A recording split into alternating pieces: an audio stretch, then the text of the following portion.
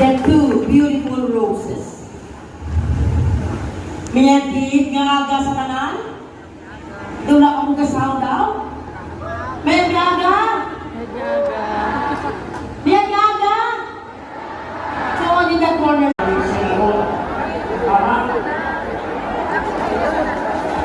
Nakapay po sana ako bilang Senator William, pero marami ang qualification, kailangan gawin ng senador na matapang, kailangan rin ng senador na masipag, at na po kayo humingi sa iba, sino po, yung senador, nakakay po ako.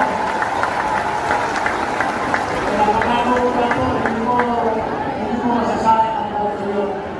Tuloy po, kaya po ay po gusto niya ng galing. Ako po, nakakako po, hindi po sayang ang tuloy po ng tayo tayo, ay tutulong po tayo dito sa Pilipino.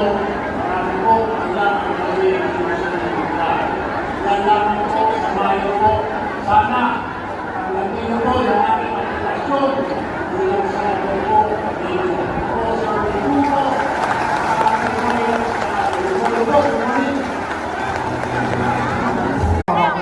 Salamat po. Love you lahat. Mark, sa Quezon Tourism. You know, the first school in the Philippines is in Tibawan.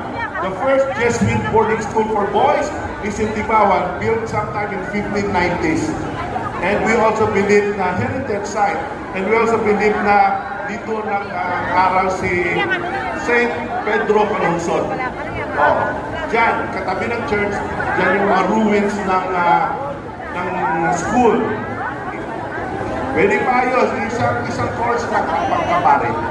Jesuit boarding school for boys.